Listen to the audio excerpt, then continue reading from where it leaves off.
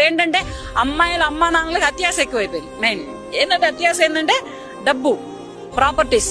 మరి అబ్బాయిల అమ్మా నాన్నల జేబులు కొట్టుకొస్తున్నారు అనుకుంటున్నారో, బ్యాంకీలు కన్నాలు వేస్తున్నారు అనుకుంటున్నారో, లేకపోతే వాళ్ళ పొలంలో దున్నుతున్నారు అనుకుంటున్నారో తెలియట్లేదు. కానీ ప్రాపర్టీస్ హైదరాబాద్ లో ఉంటున్నాం, అమెరికాలో ఉంటున్నాం అంటే సొంతంగా ఇళ్లు ఉన్నాయా, వాకిళ్ళు ఉన్నాయా, లగ్జరీ లైఫ్లు ఉన్నాయా, కార్లు ఉన్నాయా, మేడలు ఉన్నాయా, లక్షల్లో శాలరీలు ఉన్నాయా? మరి ఇవన్నీ చేసుకుంటున్నారు, బానే ఉంది. వీళ్ళిద్దరు బెడ్రూమ్ లో ఫేడ్ అవుట్ అయితే వీళ్ళు ఏం చేస్తారు? 30 ఏళ్లు దాటిన తర్వాత పెళ్లి చేసుకుంటే బెడ్రూమ్ లో ఫేడ్ అవుట్ అవుతున్నారు. ఇక్కడ ఇద్దరు అవుతున్నారు, అటు అమ్మాయే కాదు ఇటు అబ్బాయే కాదు.